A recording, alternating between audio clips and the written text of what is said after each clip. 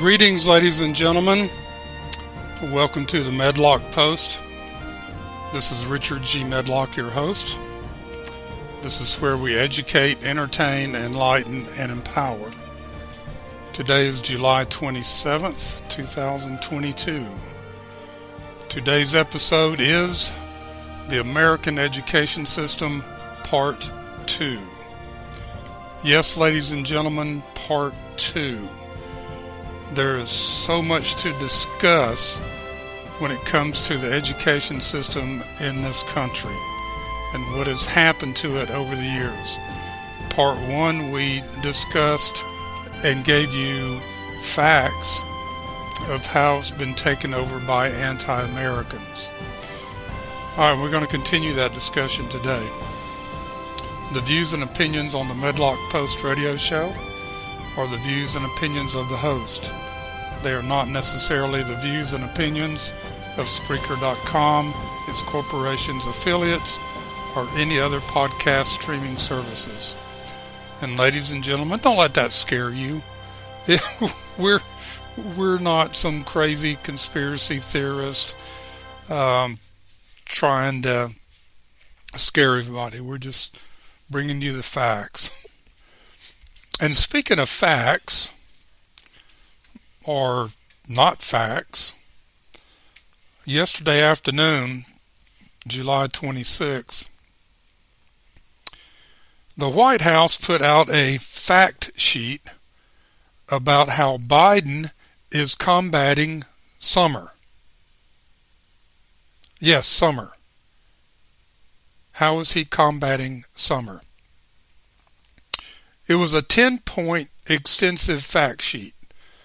I'm just going to go over the points because there's no need to go into detail. And it says, this is how the Biden administration is fighting extreme heat. Folks, for the record, I want you to understand, it's July 27th, 2022, and it's summertime. And it's supposed to be hot. What we're seeing is nothing new. But they're trying to make you think this is all new. Now, this is what the White House and officials claim that they are doing to combat summer. So, the first one is lowering cooling costs for families. Well, we might as well stop there because we know that is not a fact, that costs are going up. So how can we believe anything else they say? But let's go over them because you need to know this. Supporting community cooling centers. Well, what's a community cooling center? A movie theater with air conditioning? An ice rink? Everybody go ice skating? Indoor? I don't know. They didn't explain that. Keeping workplaces safe. Well, that's not new. That's OSHA and state laws and federal laws. That's nothing new. Developing the first national heat standard to protect workers. Well, folks, that's not new. That's been under OSHA guidelines for umpteen years. Providing real-time data and response resources. To summertime? What real data? Well, it was the high yesterday was such, low yesterday. I think the National Weather Service does that. I don't know what response resources are. Identifying and addressing disproportionate impacts. Well, I don't know what they mean by disproportionate impacts, unless they're talking about homeless people that are sleeping outside and have to be outside all day in the heat. I don't know. I love this one. This is my favorite one. Leveraging nature to cool down cities. the leveraging nature to cool down cities. Folks, this is a joke. And there's more. Investing in proactive resilience projects and funding innovative cooling technologies.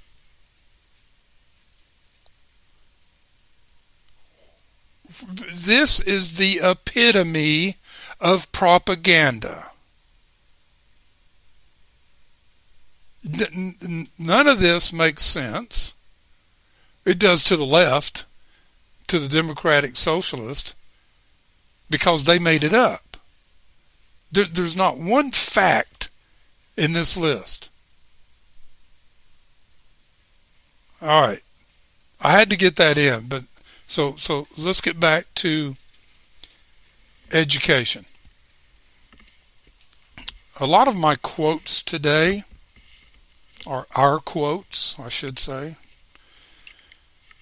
are coming from religious leaders through the ages, from the 1800s, from leaders from the Church of Jesus Christ of Latter-day Saints. I came upon these in my research, and they make a whole lot of sense. And as I go through them, you'll see, wow. And you'll recognize some of these names, like this first one. The first quote is from Brigham Young. He's the one that ended up taking the Mormons to Salt Lake Valley. He says, quote, "Will education feed and clothe you, keep you warm on a cold day, or enable you to build a house? Not at all. Should we cry down education on this account? No. What is it for?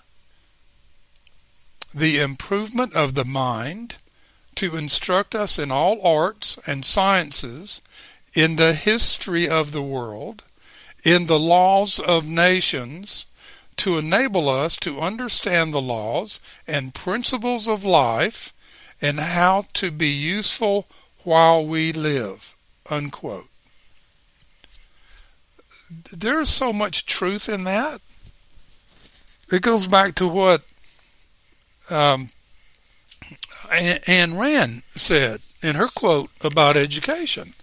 We need to, and I thought I had it right in front of me. Here it is, folks. All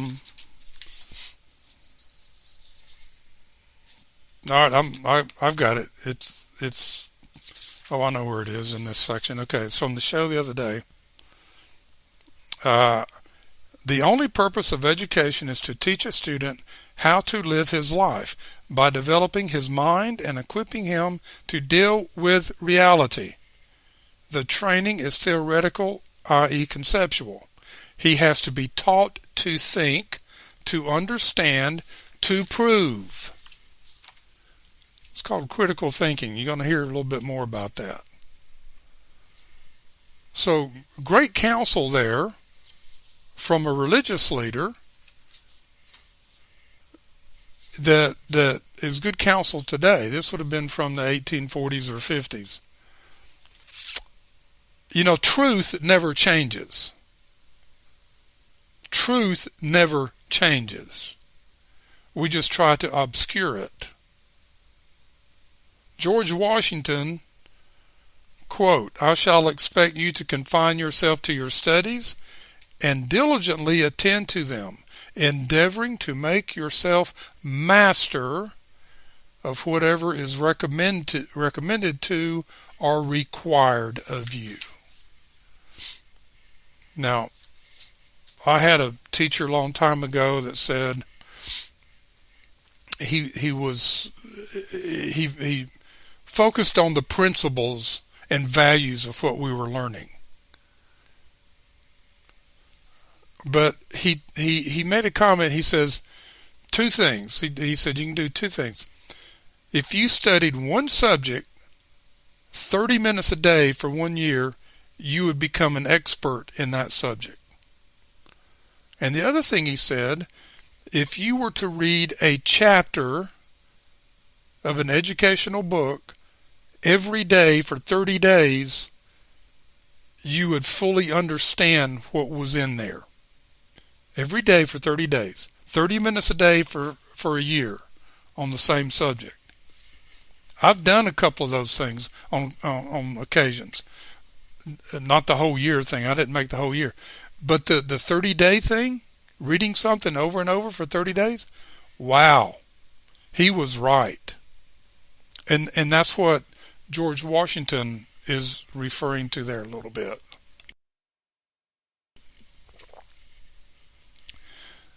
All right, let me go over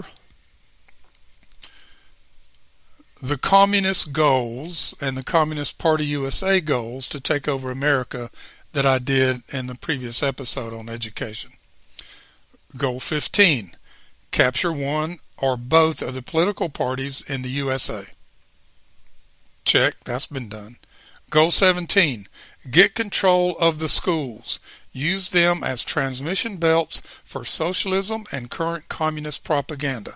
Soften the curriculum.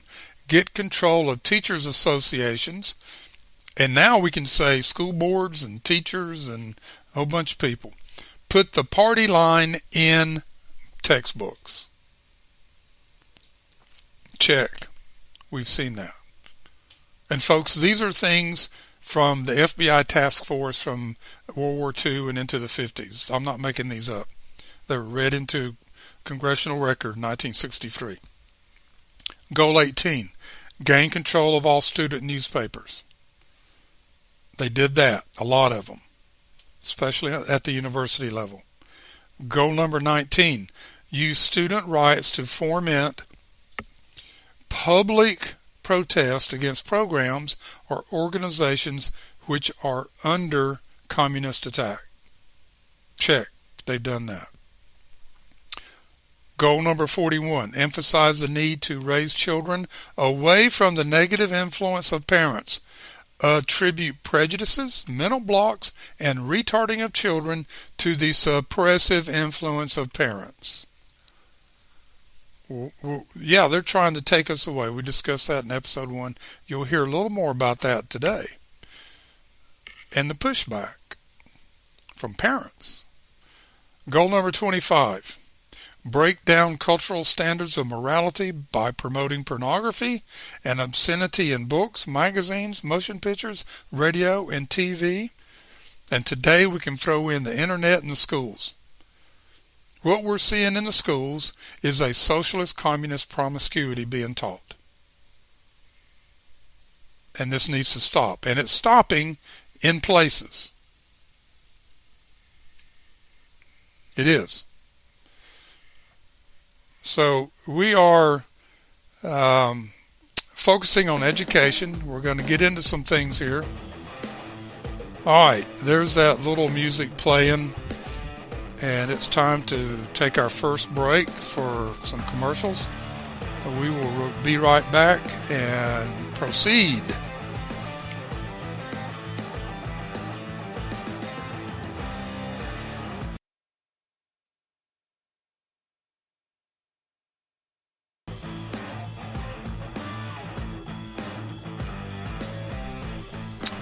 All right, you're back. This is the Medlock Post radio show, and this is your host, Richard G. Medlock.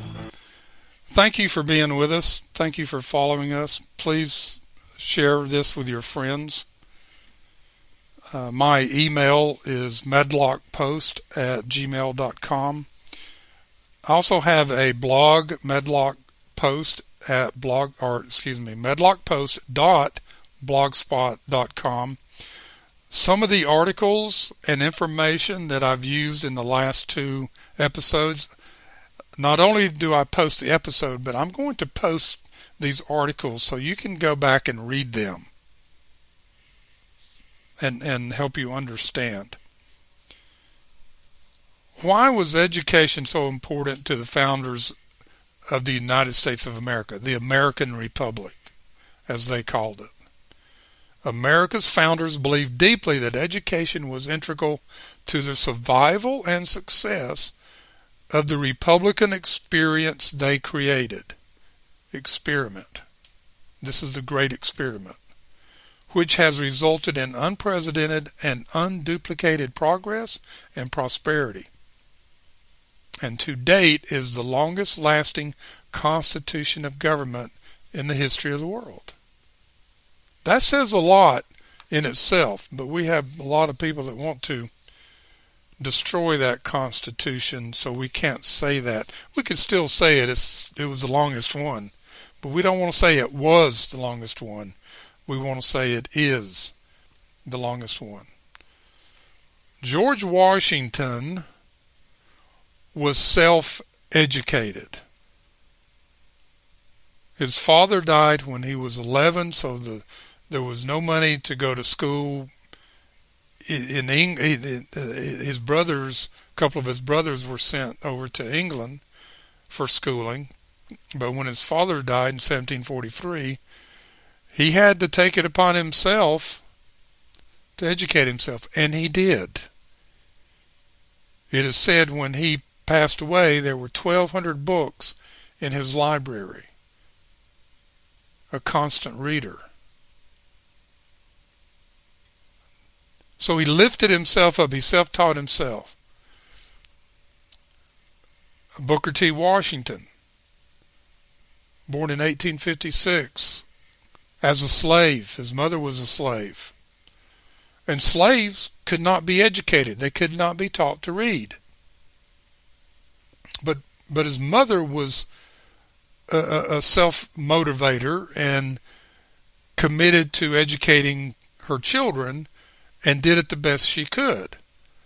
And then in 1863, under the Emancipation Proclamation, they became free.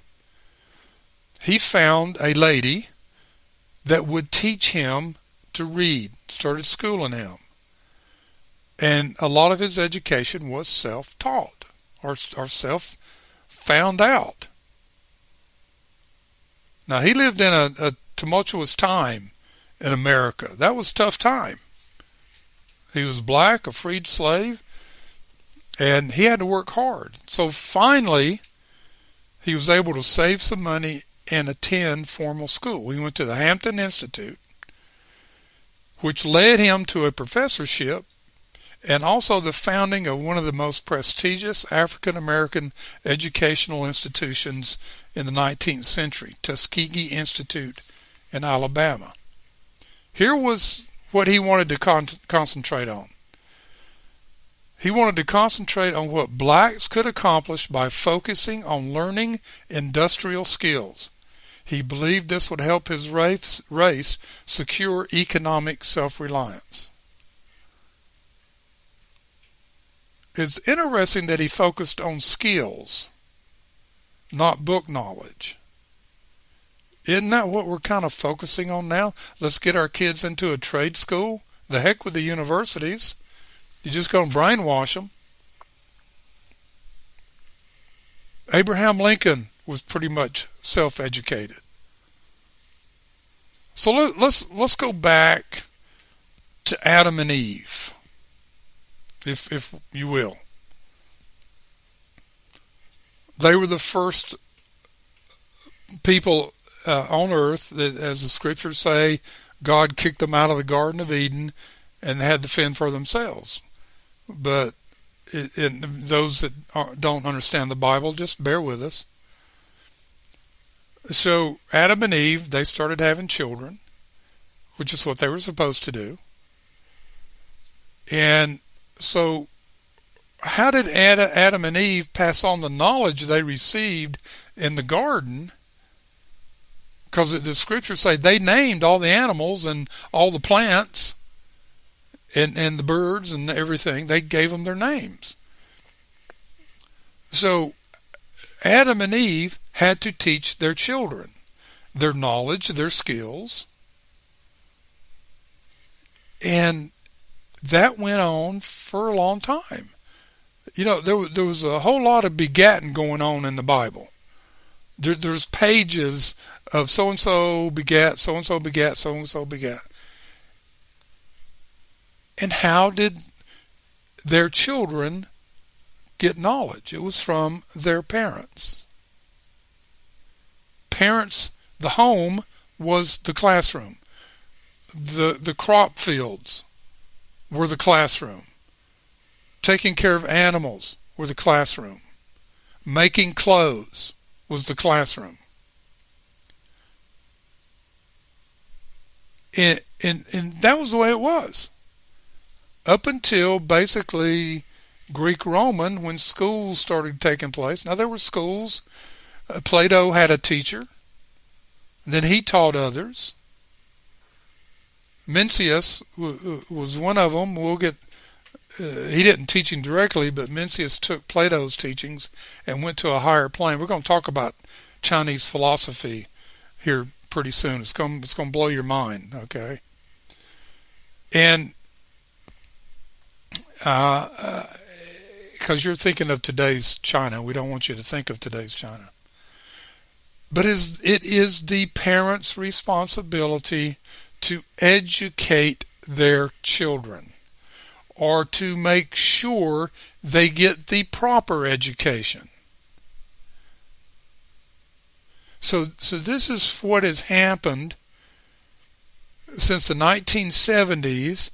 The parents started getting pushed off to the side. Oh, but we had PTA and all this stuff. But you were being pushed off to the side. And then you didn't know what they were being taught. And now we're at the thing today where they're teaching promiscuity and pornography in our schools to 5-year-olds.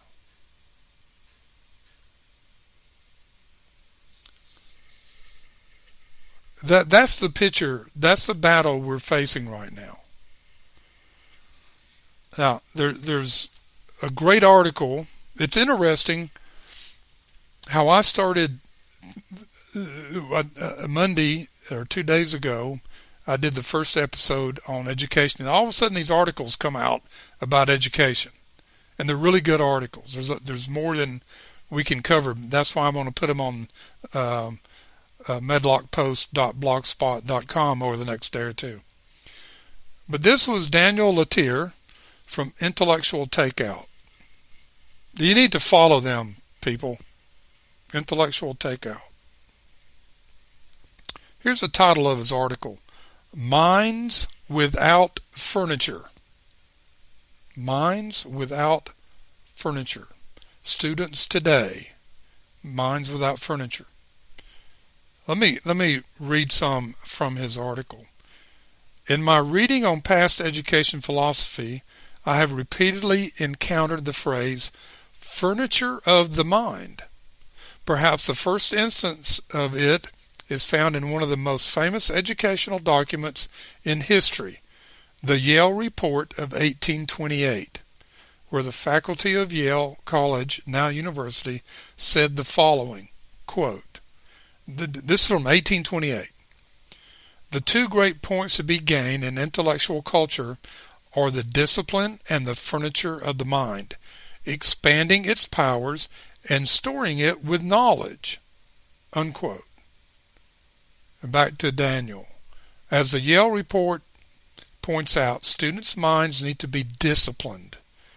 They need to learn how to read maturely, write clearly, listen attentively, thoroughly investigate a topic, construct an argument, and identify logical fallacies. If you feel compelled to use the modern buzz term for it, students should be taught to think critically. Amen. Students for 40 years have been taught what to think, not how to think. Do they even have debate teams in schools anymore? My son was on a debate team. I was on a debate team. We had debate teams in classes. And this is what the teachers would do. The ones that were for a subject, you were assigned to the team to be against the subject. So you got to do your research on both sides and make up your mind. You're talking about learning, and then you debate it. sometimes with against one other person or in a group. Do they even do that anymore? It's called critical thinking. They don't want you thinking, folks. They want you as sheep. Do as we say. We're right. We know more than anybody, and that's a fallacy. All right, back to Daniel. He makes some great points here. But as with any sophisticated room, you need not only proper dimensions, well-constructed walls, and a smart paint color, you also need furniture. As you can probably surmise from the report's quote, the phrase furniture of the mind refers to the content of the education, the knowledge with which it is filled. It includes facts, books, and ideas that a society deems important to preserving its intellectual culture and a way of life. Now, ladies and gentlemen, I can tell you that the Democratic Socialists, the Communists, do not want to preserve the way of life that has come down from our founding fathers. They want it destroyed. And a lot of people in Washington, D.C. are the ones doing it. Unfortunately, America's education system today is focused almost exclusively on the discipline of the mind, and plenty will even argue with that, while neglecting its furniture. It fixates on the construction of the room while ignoring the need to fill it. Daniel Latier, Intellectual Takeout. There's more of this, but we need to go to a break. We'll be right back after these messages.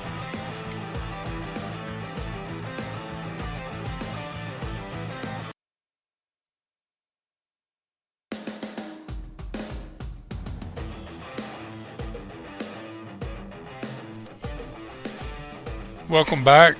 This is the Medlock Post radio show, and this is your host, Richard G. Medlock. We are delving into the American education system as we know it today and what has happened. Now I want to continue with Daniel Latier's article, Students Today, Minds Without Furniture, which is basically there's nothing there, folks. There's nothing there, and that's the way the communists want it. Continuing with Daniel Latier's article, Professor Patrick Deneen of the University of Notre Dame, considered one of the top universities in the country, testified to this in a piece he wrote in February of Minding the Campus. This is Professor Patrick Deneen of Notre Dame. Quote, but ask them some basic questions about the civilization they will be inheriting and be prepared for averted eyes and somewhat panicked looks. Who fought in the Peloponnesian War? Who taught Plato? And whom did Plato teach? How did Socrates die? Raise your hand if you have read both the Iliad and the Odyssey, the Canterbury Tales, Paradise Lost, the Inferno. Who was Saul of Tarsus? What were the 95 Theses, and who wrote them, and what was their effect? Why does the Magna Carta matter? How and where did Thomas Becket die? Who was Guy Fawkes, and why is there a day named after him? What did Lincoln say in his second inaugural, his first inaugural? How about his third inaugural?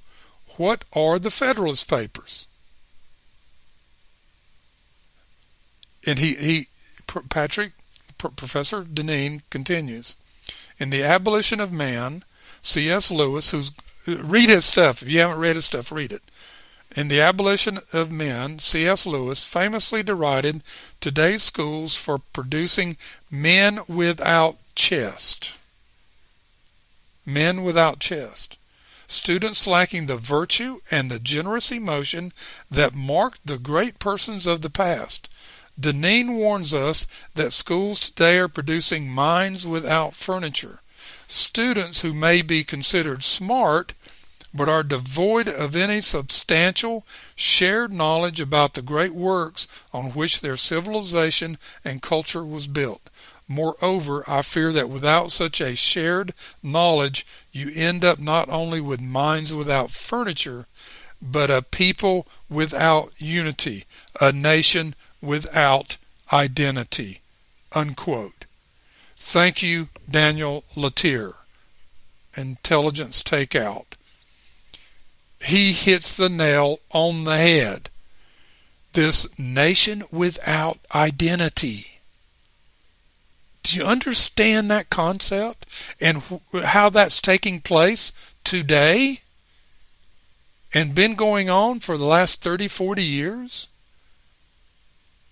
I don't want to be American. No. I don't want to be anything else either.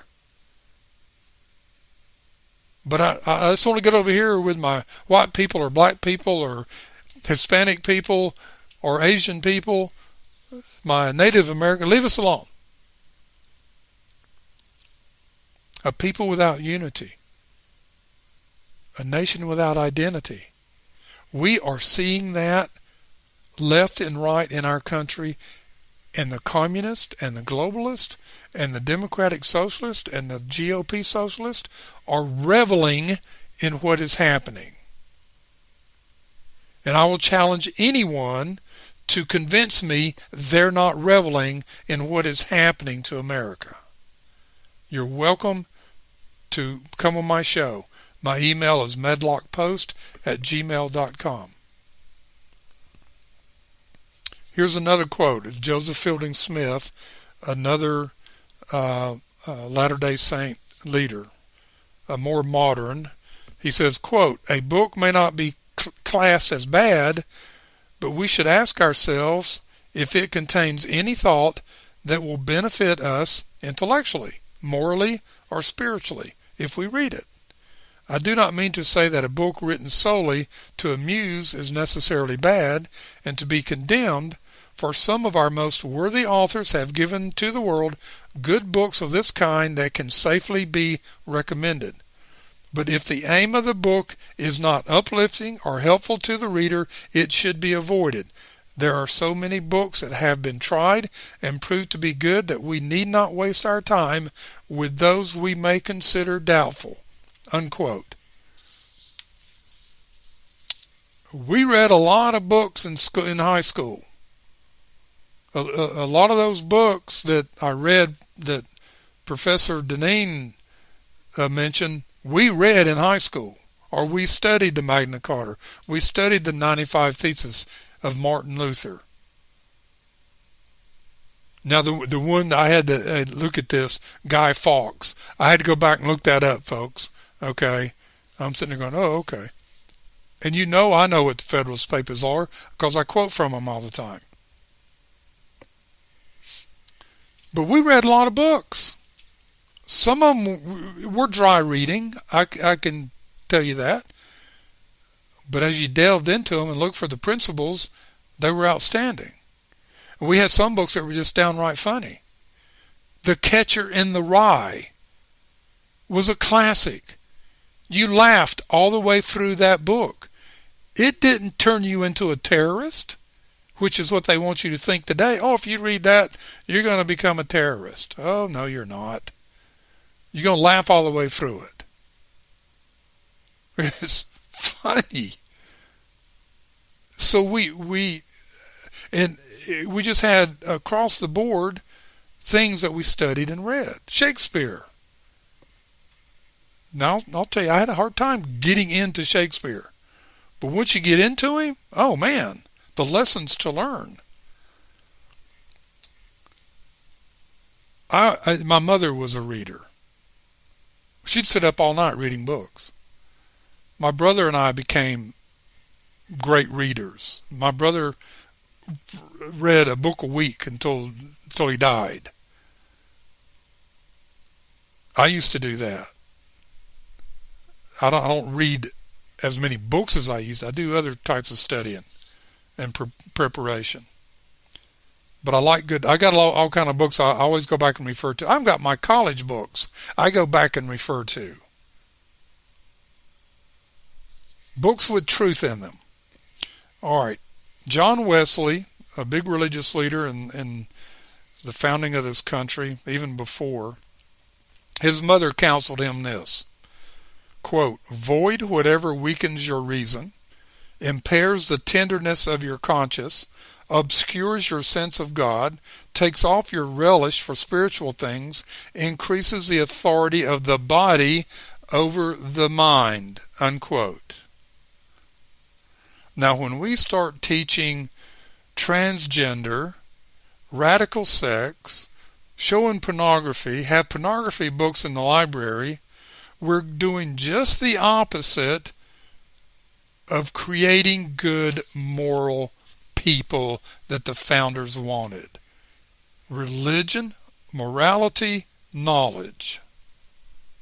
Those three things are required for a good, sound society. Let me do some headlines that have come up in the last few days. School district requires students to share inclusive locker rooms or face counseling. So if your daughter does not want boys coming into her shower, she's going to be counseled that she's a racist and bigot and who knows what else. This is what we're talking about. This is what's going on in the schools. Another school. Boys are now allowed to wear dresses and they will not be punished. This was at a school district in North Carolina. Do you know what happened? Most of the boys and other students dropped out. They nope, we're out of here. We're going somewhere else. Here's another one. Why is it that our schools are filled with pedophiles? That is a great question. How many teachers are being arrested for sexual abuse of students? They're abusing their position of authority.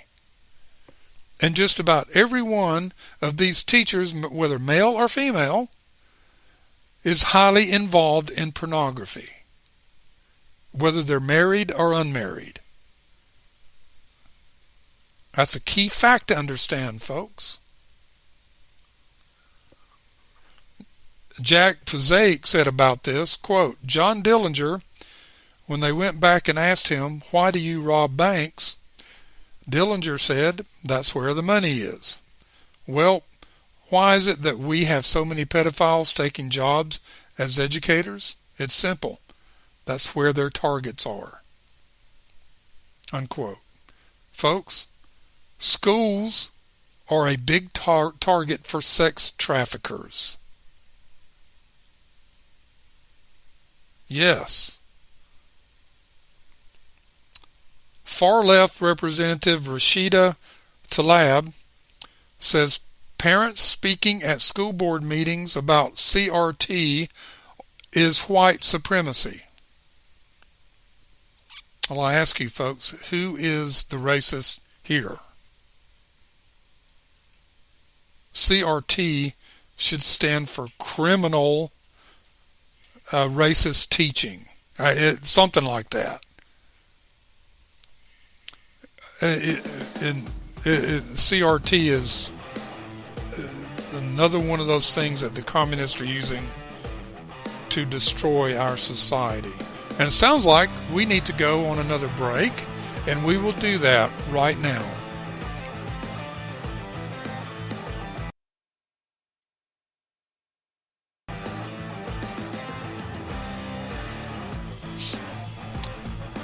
And like that, we're back. This is a Medlock Post radio program show, and this is your host, Richard G. Medlock. All right, we were doing some headlines. Here's a few more headlines. Moms mobilize in local races for the 2022 midterm elections. There's been a lot of articles in the last couple of weeks about how parents realized during the pandemic shutdown what their kids were really being taught. And parents don't like it. And there has been a massive pushback against school boards and other elected officials and teachers unions. Keep your hands off my kids. All right. So there's an organization that has been started. It's called Moms for Liberty. Moms for Liberty. And they started in the wake of the school closures and grew to curriculum inclusions on gender and sexuality that many parents were unaware of until they became more involved. This is Tiffany Justice, one of the co-founders. She says, parents realized that this American government does not work well without us. And while we were busy raising our kids and working, we saw during COVID that elected officials abdicated their authority. Justice's group Moms for Liberty held their first annual event in Tampa, Florida last weekend to help train, recruit, and educate parents who want to get more involved in their local school boards or even run for office themselves. She said parents are ready to take the reins in school districts across the country to sit on school boards, and we feel like we are able to give parents a lot of good skills, tips, and resources to be able to be effective candidates as well. Amen. Folks, you don't hear about this in the news, do you? You don't hear about all this pushback from parents and grandparents and even some politicians that don't like it. Corporations, a few of them, are part of this. This is what we're talking about here in America. We're Americans. We the people have the power. We the people can put a stop to this. Another headline: parents push back on American colleges promoting DEI initiatives. That's diversity, equity, and inclusion. Some universities across America are requiring compliance from faculty in the form of signed diversity, equity, and inclusion statements as conditions for tenure or promotion, arguing that DEI across college campuses is a top priority. I think there's a university, I can't remember where it was, I saw it last week. They're requiring students to take every year that they're there, they have to take a course in CRT and DEI. Have to graduate. However, there may be growing pushback in some areas from faculty as well as from parents who claim that the DEI agenda actually challenges the diversity of viewpoints and opinions of students within the college environment. Some say it also promotes a culture of fear and intimidation. Amen. And that's exactly what it does. You do it our way, you say what we want you to say, or you shut up and you go on. Free speech is not open on university campuses.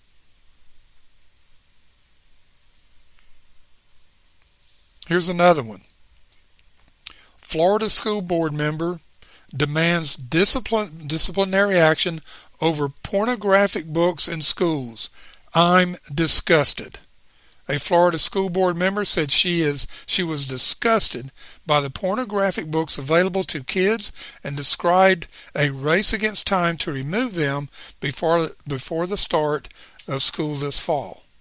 I don't think there is any justification for it, and I can tell you my own research is our school library is, so far I've identified 75 books that I am working to challenge to get off our shelves. Now, we look at this is in Clay County.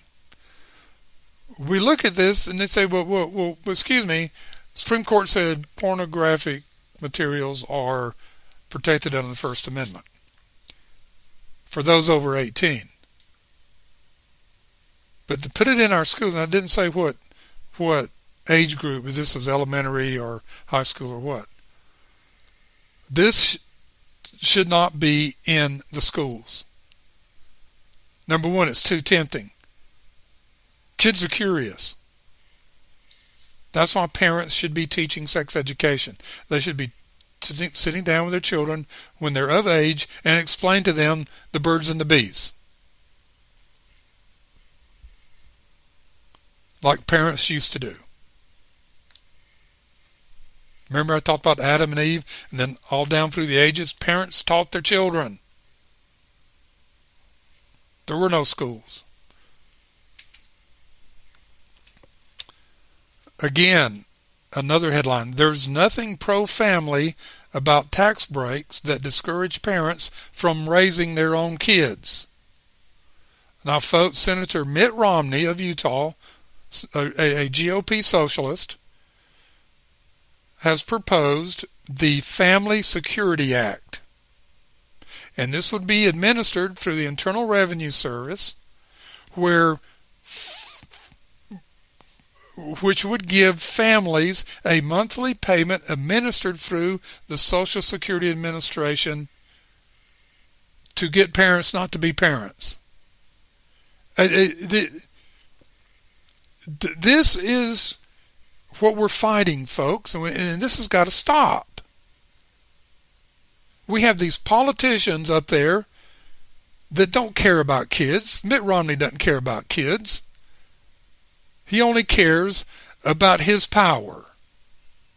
He has a seat at the table of power in D.C., and he doesn't want to give it up. But we, the people, can take it up. Now, I can't speak for Utah. They're the ones that elected him. I don't know how they feel about him now. But the problem is you have these families sitting down here that have the parents and the kids and the grandparents have come up through this system through the years, and say, oh, the government's going to take care of us. We need to do what they tell us to do. Oh, they want to help us so they can take care of our children. We don't have to worry about it. This started long ago with the school lunch program, folks. Then it was lunch for poor families. Then it was lunch and breakfast. Then it was breakfast, lunch, and after school. Then they sent a bag home, a bag full of food home with them on Friday. I mean, I knew people that said, I don't have to worry about cooking breakfast, sending lunch with them, or after school snacks. I go pick them up, they've eaten, the heck with it. But these people could afford it, but they let the government take over. Wow. Sitting here looking at the time, and it's flying by, folks. I have one more article, and this is from Jeff Minnick from Intellectual Takeout. This is from July 22nd. I read one of his articles a week or so ago on how the rulings of the Supreme Court benefited America and Americans. It was a great article. He's a great writer. I'm really becoming to like his stuff. Well, he wrote an article. Here's the title of that article. The Other F-Bomb, Our Education Crisis.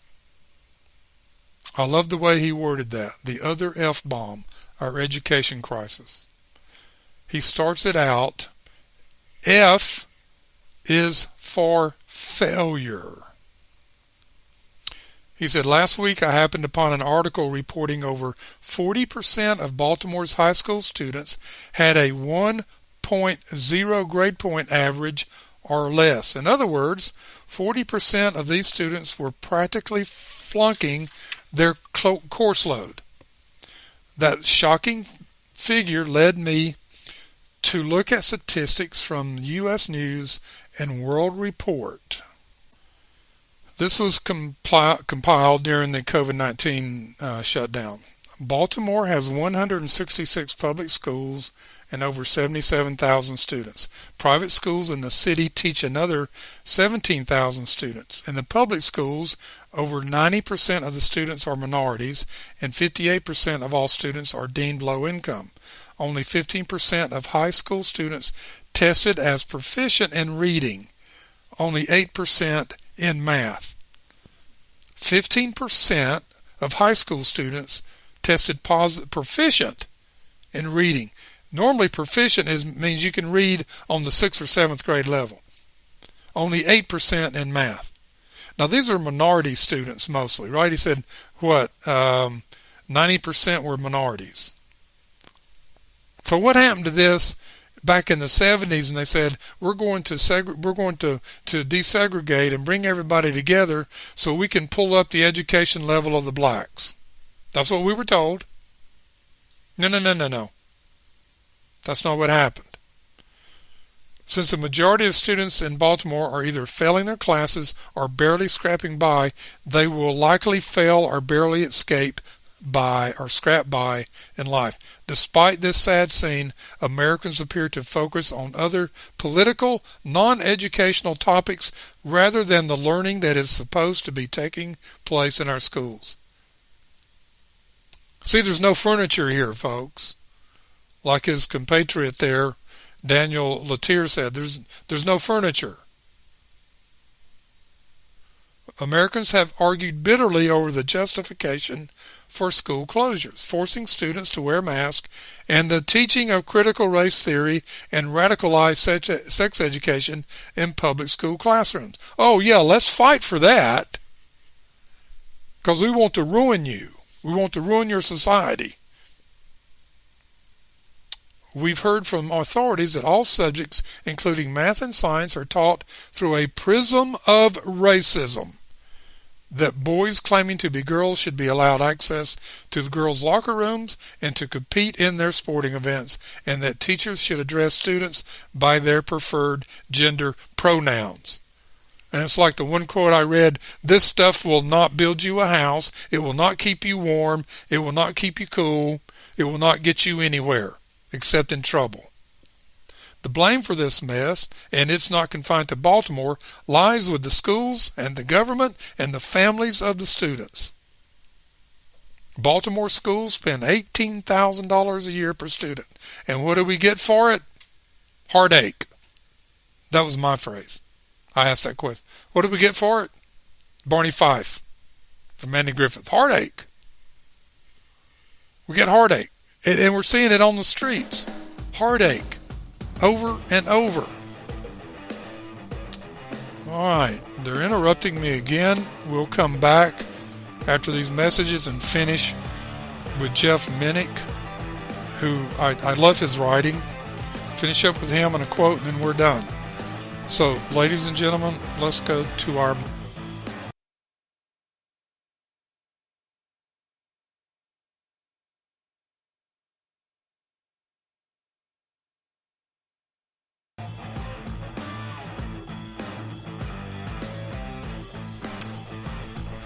And we are back. Ladies and gentlemen, this is the Medlock Post radio show, and this is your host, Richard G. Medlock. We are talking about an article by Jeff Minnick of Intellectual Takeout titled The Other F-Bomb, Our Education Crisis. And I will post this article by Jeff, the article by Daniel Latier from Intellectual Takeout, and other articles and information on the medlockpost.blogspot.com over the next couple of days, so you can go read these things and study them yourself. So let's finish up with Jeff Minnick. He said, this is not the problem waiting to happen in the future, and he is correct, folks. This is happening now in front of us. It's been going on for the last 40 years. Maybe 50 years. Many of these young people have either graduated or dropped out of school. They find themselves unemployed. If they can't find employment, and they don't have a job, then sometimes they can't get married if they want to get married, have children. Well, the government doesn't want them to have children. They want them to have abortions or own a home. You see how this is breaking down the family? The family is under attack because of this. And that's part of the plan too. Some will live a life on welfare and collect food stamps, and they will stay there. Many will join those and that they see around them, oh, I can make a ton of money dealing drugs. Now, Jeff Minnick says, years ago I taught adult basic education in a state prison where about half of my students had the equivalent of a fourth grade education or less.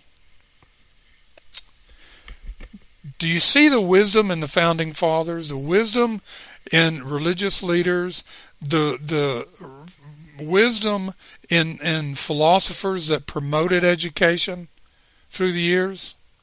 It's wisdom. It's truth. And this is what we, the people, need to be standing up for. Now, Jeff Minnick, continuing with him, we often misuse the word crisis, but in this case, it's true and appropriate. If we multiply these statistics from Baltimore and other cities and communities around the country that are failing our students, we encounter enormous consequences in the immediate future. And that immediate future, folks, is today and tomorrow.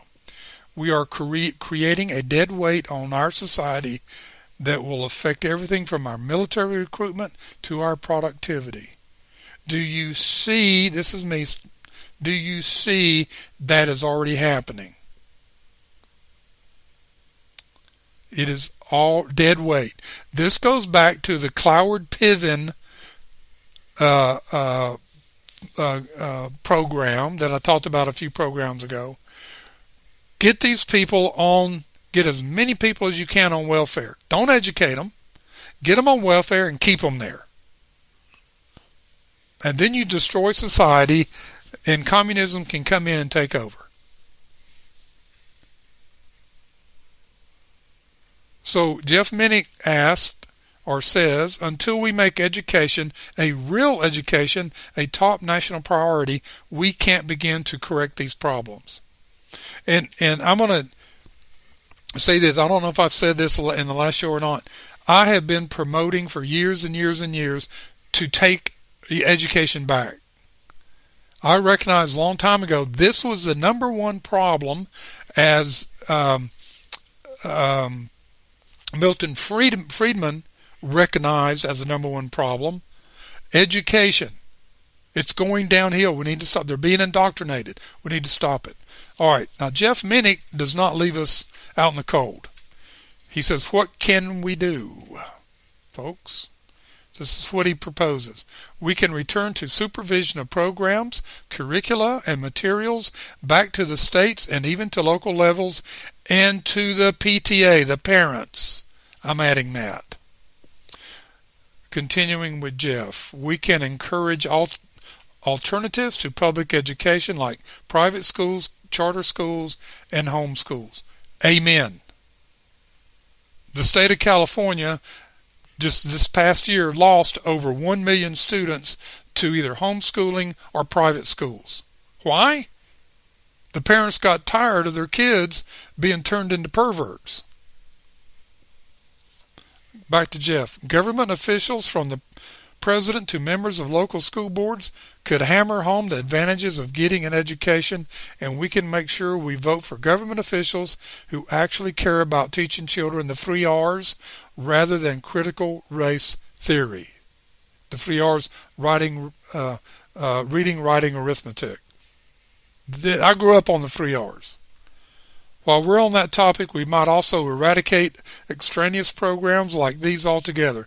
As a nation, we should be embarrassed that we have high school students who are barely able to read. I did the emphasizing there. Who have trouble with elementary arithmetic and who write gibberish. We can enlist our seniors and retirees and form an army of tutors. Folks, that's happening. I've got an article where they're hiring senior citizens and veterans, a school district is, to come in as tutors. So that's happening, Jeff. We can easily devise programs where we recruit volunteers into our schools, everyone from engineers to retired teachers, to help with classroom teaching, provide students with the example of competent adults willing to share their knowledge and experience with the young. In short, we should do all in our power to give young people the education they need and deserve. Meanwhile, the F-bomb is silently ticking away. Amen, Jeff Minnick. I agree with all of this. And when I had a short stint as teaching, I did a lot of this. I would bring in teachers to help. I would bring in experts when we're talking about a subject. I would bring in judges to talk about the Constitution, or attorneys that I knew. It's not only getting them exposed to this, but getting them to that point of critical thinking that they're making their own decisions. They're making their own decisions. That's what we're trying to do here, folks.